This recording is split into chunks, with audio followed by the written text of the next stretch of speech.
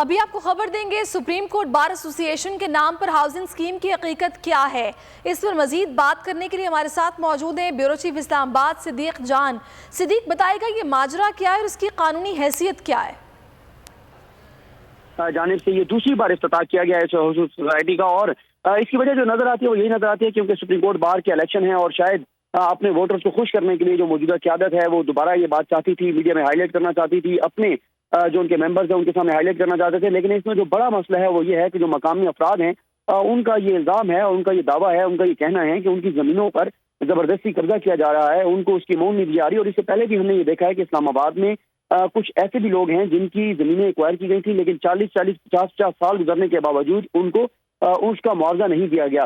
اب یہاں پہ بھی جو شہری ہیں جن کا یہ ظاہر حق ہے، جن کی یہ زمینیں ہیں، جب تک ان کی پیسے کلیئر نہیں کیے جاتے، ایک تو آپ ان سے زمین لے رہے ہیں، لے بھی سستی رہے ہیں، جو اس قیمت ہے اس قیمت سے کم ادا کر رہے ہیں، اور پھر آپ جو ہے وہ ان کو پراپر معاوضہ بھی نہیں دے رہے۔ اس حوالے سے جو وہاں کے مقامی افراد ہیں جن کی زمینیں ہیں وہ بار بار یہ مطالبہ کر رہے ہیں کہ ہمارے ساتھ انصاف ہونا چاہیے، ہماری جو جتنی رقم بنتی ہے وہ ملنی چاہیے۔ اب دیکھیں وہاں پر اس سوسائٹی کے بننے کے بعد بھی اور اس سے پہلے بھی قیمتیں خیر بہت زیادہ تھی لیکن ان کو ان کا جائز حق بھی نہیں دیا جا رہا اور وہ مسلسل یہ دعویٰ کر رہے ہیں۔ اب ایک تو اس کے اوپر ظاہر تحقیقات بھی ہونی چاہیے کہ ان کا معاوضہ کیوں نہیں ہے، اور ساتھ یہ بھی دیکھنا چاہیے کہ کس طرح سے ایک تنظیم جو ہے وہ صرف اپنے سیاسی مقاصد کے لیے دوسری بار افتتاح کر رہی تھی۔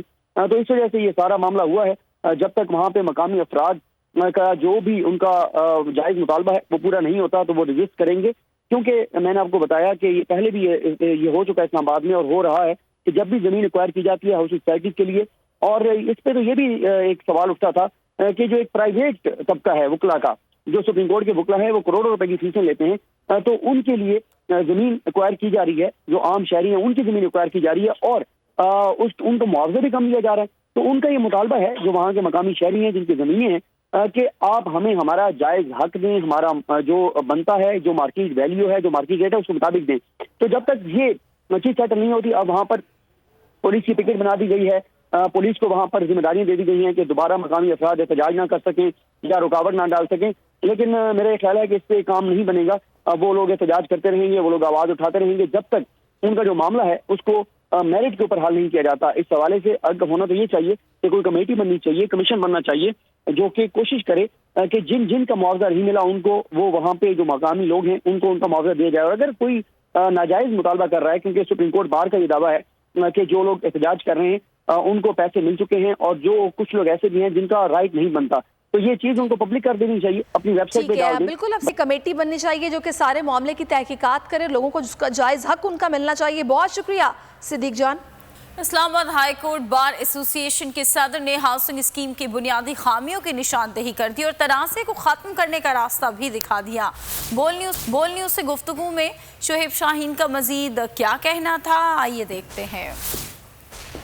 کورٹ نے کہ وکلاء نے آج سے 8 سال پہلے اپنے پیسے جمع کرائے تھے اور اس کے اوپر ایکوزیشن ہوئی۔ ایکوزیشن ہونے کے بعد یہ میٹر ہائی کورٹ میں گیا اور پھر فائنلی سپریم کورٹ میں گیا اور سپریم کورٹ نے وکلاء کے حق میں فیصلہ کر دیا۔ لیکن بدقسمتی سے جو ہماری بار ایسوسی ایشنز کے جو صدور پچھلے 3 سال سے آئے ہیں، ان لوگوں نے ایک غلط کام یہ کیا، درمیان میں کوئی ٹھیکیدار رکھ لیا جس کو یہ پیسے دینے شروع کر دیے۔ وہ جو درمیان میں بندہ رکھا اس نے پیسے لے کے جیب میں ڈال دیے۔ وہ یہ کہتے ہیں کہ جناب وہ جو پیسے آپ تھرڈ مین کو دے رہے ہیں وہ ہمارے تک تو پیسے پہنچے نہیں ہیں۔ تو that is the actual cause جس کی وجہ سے وہ سارا ڈسپیوٹ اور جھگڑا شروع ہوا۔ تو یہ ہاؤسنگ فاؤنڈیشن کی بھی یہ غلطی ہے، یہ اس گورنمنٹ کی بھی غلطی ہے اور ہمارے سپریم کورٹ بار ایسوسی ایشن کے لوگوں کی بھی غلطی ہے۔ میں سمجھتا ہوں کہ اس میں ہماری لیڈرشپ کو اور ہاؤسنگ فاؤنڈیشن کو بیٹھ کے اس کو سوچنا چاہیے، جو اوریجنل اونر ہے، جو پیسے بھی دینے ہیں آپ اس کے نام کا کراس چیک جاری کریں نا، تو پھر یہ شاید ڈسپیوٹ ختم ہو جائے۔ اگر آپ کو یہ ویڈیو پسند آئی ہے تو ہمارے چینل کو سبسکرائب کیجیے اور بیل آئیکن پر کلک کیجیے۔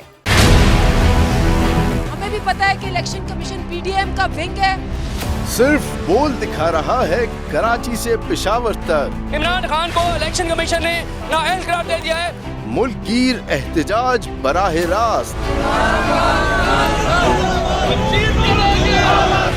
دیکھتے رہیے بول۔ سب سے زیادہ ویوز، سب سے زیادہ ریلز اور سب سے زیادہ ریٹنگ کے ساتھ بول اب بھی نمبر 1 پوزیشن پر برقرار۔